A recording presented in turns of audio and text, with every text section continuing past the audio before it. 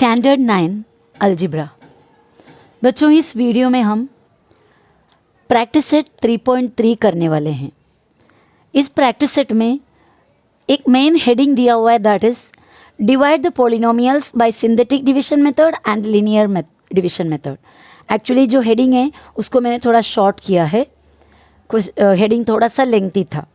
Meaning इतना ही है, divide the polynomials, दिया हुआ पॉलिनोमियल को डिवाइड करना है बाय सिंथेटिक डिवीजन मेथड, एक है सिंथेटिक डिवीजन, उस मेथड से भी करना है, एंड लीनियर डिवीजन मेथड से भी करनी है। दो डिवीजन मेथड है, एक सिंथेटिक डिवीजन और दूसरा लीनियर डिवीजन, दोनों मेथड से हमें इसे करनी है। Write the quotient and remainder, और सभी डिवीजन के बाद एक एक डिवीजन के क्वोशंट यानी उसका जो आंसर है वो भी लिखना है, और रिमाइंडर यानी क्या बचा वो भी लिखना है।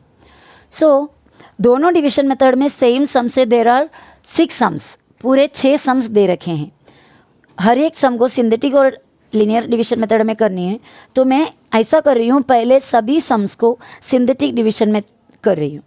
सिंथेटिक डिवीजन मेथड को यूज़ करके पहला पूरा 6 सम्स कर रही हूँ, ताकि आपको सिंथेटिक डिवीजन थरो हो जाए। पूरे सिंथेटिक डिवीजन होने के बाद नेक्स्ट वीडियो में हम सेम सम्स का लीनियर डिवीजन मेथड देखेंगे। So synthetic division, first question, 2m² minus 3m plus 10 divided by m minus 5। इस टर्म को यानी ये पॉलिनोमियल को इस पॉलिनोमियल से डिवाइड करना है। That means this is the dividend, जिसे हम डिवाइड करते हैं उसे डिविडेंड कहते हैं। जिसके मदद से, मतलब जिसका टेबल गिन के हम डिवाइड करते हैं या जिससे डिवाइड करते हैं उसको हम डिवाइसर कहते हैं। वापस से, जिस टर्म को हम डिवाइड करते हैं उस टर्म को, जिसको डिवाइड करते हैं उसको डिविडेंड, और जिससे डिवाइड करते हैं उसको डिवाइसर। ठीक है, तो पहले हमें डिविडेंड लिखना होगा। Dividend is equal to 2m² minus 3m plus 10। Dividend को लिखा। ओके, पहला स्टेप हमारा डिविडेंड को लिखना है। डिविडेंड को लिखने के बाद डिविडेंड का कोएफिशिएंट फॉर्म लिखना है। तो डिविडेंड का लिखने के लिए we can directly write its coefficient form, इसका कोएफिशिएंट फॉर्म लिखना है। Already you have studied how to write the coefficient forms.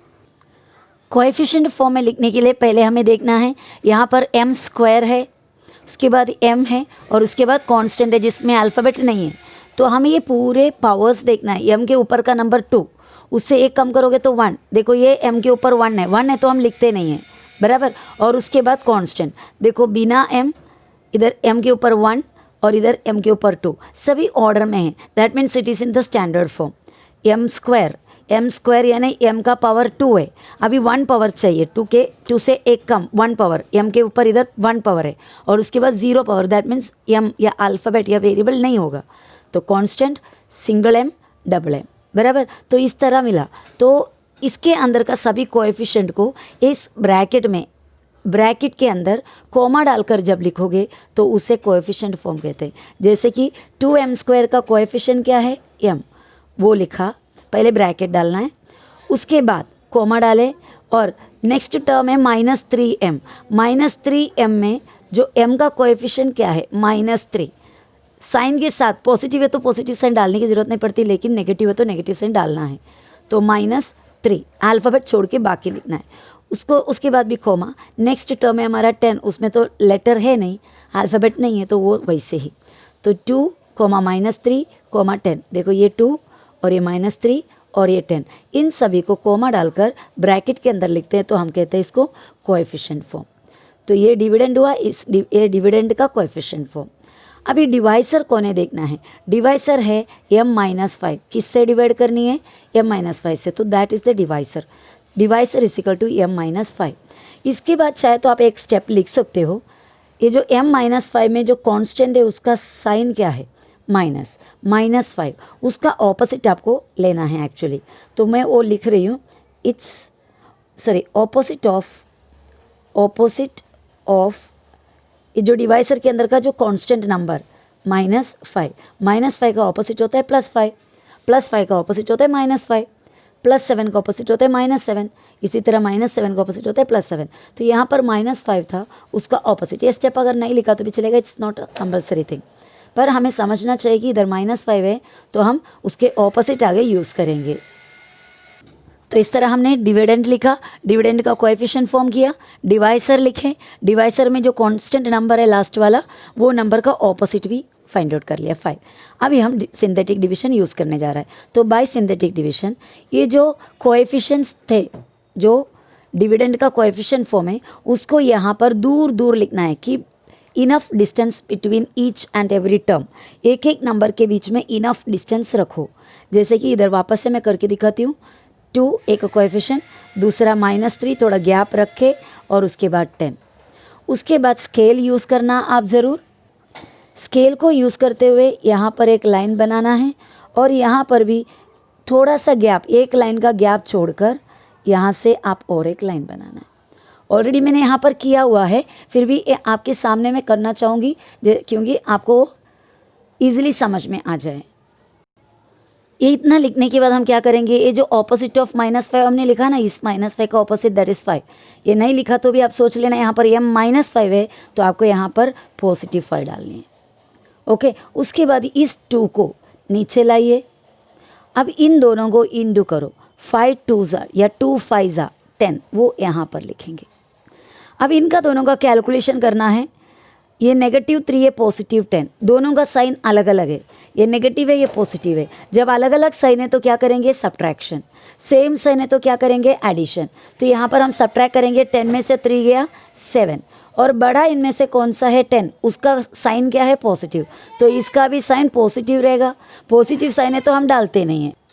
उतना करने के बाद वापस ये 7 और ये 5 को इंटू करना है। देखिए 2 को नीचे लाया, इन दोनों को इंटू किया, इंटू करके यहाँ पर लिखा, इनका कैलकुलेशन करके नीचे लाए, इन दोनों को वापस इंटू किया, 7 5 35। ओके, अब इनका कैलकुलेशन करेंगे। साइन दोनों का पॉजिटिव है तो हमें डायरेक्ट ऐड करना है। 10 और 35 ऐड किया 45, बड़े का साइन पॉजिटिव, सेम साइन है तो ऐड करते, बराबर। ये पूरा हो जाने के बाद लास्ट जो टर्म मिला उसको एक बॉक्स में आप करेंगे क्योंकि दैट इज़ द रिमाइंडर, वो रिमाइंडर है। यही सेम चीज़ मैंने यहाँ पर ऑलरेडी करके रखी हुई है। देखो ये हमारा कोएफिशिएंट फॉर्म डिविडेंड का, और उसके बाद ये डिवाइसर में का -5 था तो +5 किया, 2 डाउन, 2 5s 10, कैलकुलेशन किया 7 7 5s 35, कैलकुलेशन किया 45। लास्ट टर्म जो है रिमाइंडर है, और बाकी जो बचा हुआ कोशेंट है, पर कोशेंट डायरेक्ट नहीं मिला। हमने कोशेंट को डिविडेंड को क्या किए थे, कोएफिशिएंट फॉर्म में किए थे। जब हम कोएफिशिएंट फॉर्म का काम करोगे तो हमें आंसर भी कोएफिशिएंट फॉर्म में ही मिलेगा। तो ये जो मिला है 2 और 7, वो कोशेंट का, कोशेंट मतलब डिवीजन करके जो आंसर मिलते हैं उसको कोशेंट कहते हैं, कोशेंट का कोएफिशिएंट फॉर्म है। तो हमारा उसके बाद का स्टेप इस तरह होगा, कोशेंट इन कोएफिशिएंट फॉर्म, कोएफिशिएंट फॉर्म में कोशेंट। तो क्या क्या है, 2 और 7। कोएफिशिएंट फॉर्म में लिखने के लिए हम क्या करते हैं, ब्रैकेट डालते हैं और जो कोएफिशिएंट्स है उसको कॉमा डालकर लिखते हैं, 2, 7।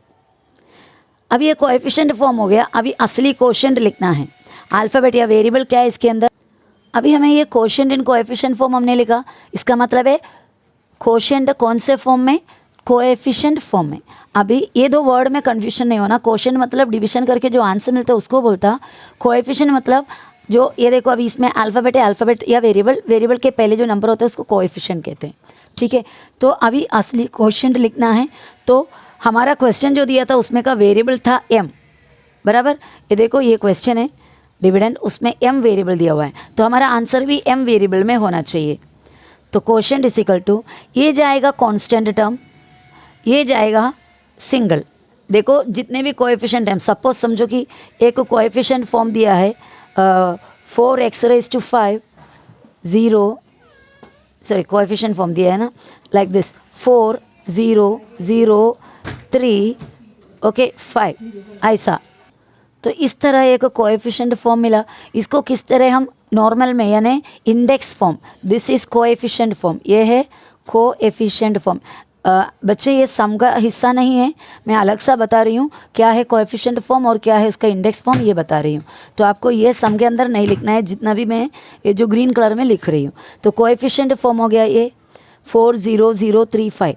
अभी इसको इंडेक्स फॉर्म में करना है, तो ये कांस्टेंट है, अल्फ़ाबेट समझो ये में, तो ये इंडेक्स हुआ, सॉरी एक कांस्टेंट हुआ, ये उसके बाद 1x, ये x का स्क्वायर एक्स का क्यूब एक्स रेज टू 4, वापस से constant x raise to 1, x square x cube x raise to 4, समझ रहे हो, इधर एक्स नहीं, इधर एक्स के ऊपर 1, एक्स के ऊपर 2, एक्स के ऊपर 3, एक्स के ऊपर 4।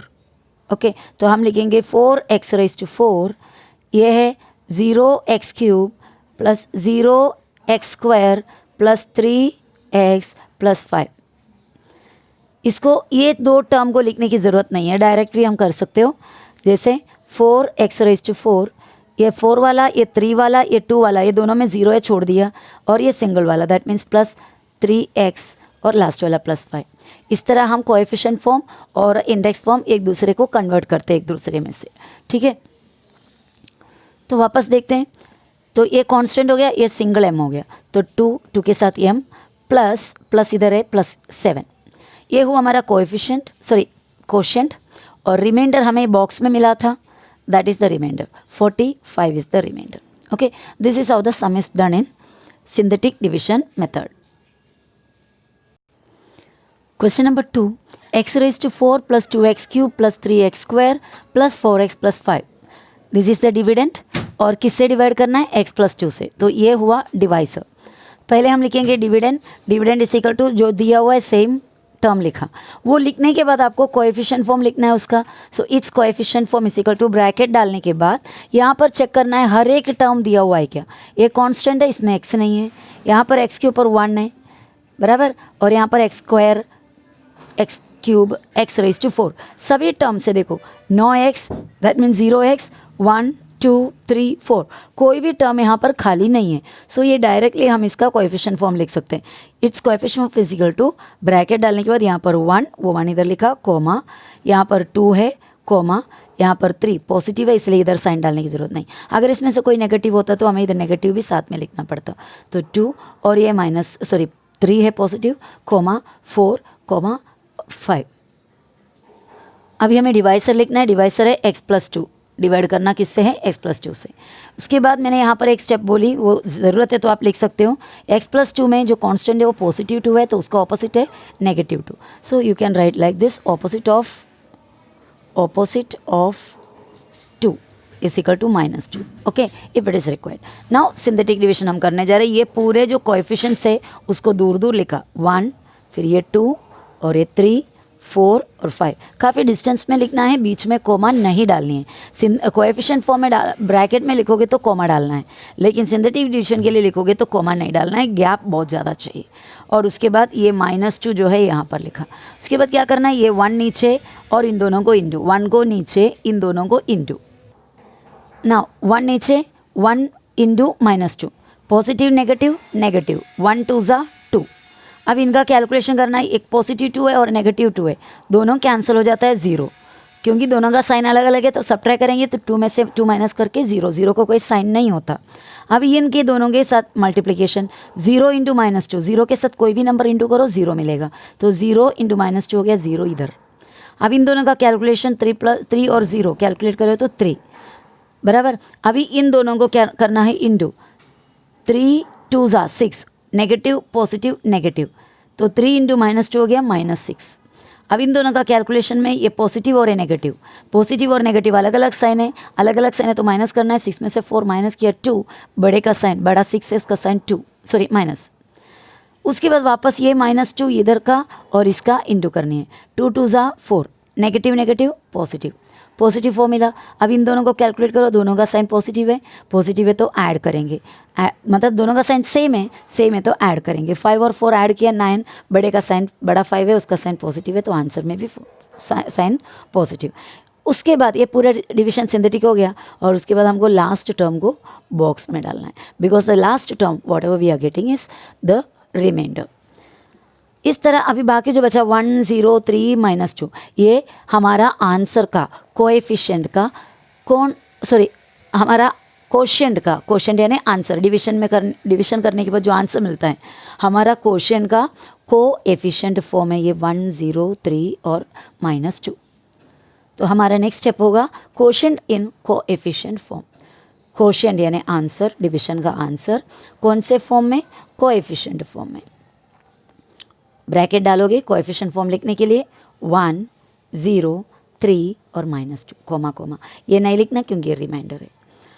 अभी हम रियल में क्वेश्चन लिखेंगे। हमारा क्वेश्चन में वेरिएबल था x, तो आंसर में भी हम x डालकर लिखेंगे। ये जो कोएफिशिएंट फॉर्म में लास्ट वाला टर्म कांस्टेंट है, उसमें अल्फ़ाबेट नहीं आएगा, इसमें सिंगल यानी x, ये कांस्टेंट, ये इसमें आएगा x, इसमें आएगा x², इसमें आएगा x³ तो 1x³ 1 तो नहीं लिखते कांस्टेंट कोएफिशिएंट में, तो x³ प्लस 0x², 0 में लिखते नहीं हैं, तो 1x³ प्लस 0x² हमने अवॉइड किया, 0 है इसलिए, प्लस 3x, ये देखो ये कांस्टेंट, ये सिंगल x यानी x⁻1, x⁻2 और x⁻3 बराबर, तो ये x³ हो गया और ये x² वो टर्म अवॉइड किया, ये x, so that is 3x और माइनस कांस्टेंट में अल्फ़ाबेट नहीं आता, तो दिस इज़ द क्वोशिएंट। ये हमारा डिवीजन का आंसर हुआ और रिमाइंडर हमें ऑलरेडी मिल चुका है, दैट इज़ 9। सो यहाँ पर सेकेंड सम हमारा कंप्लीट हो जाता है and I don't want to make the video so lengthy, so I am stopping here. Let us continue with the third sum in the synthetic division method in the next video. Bye.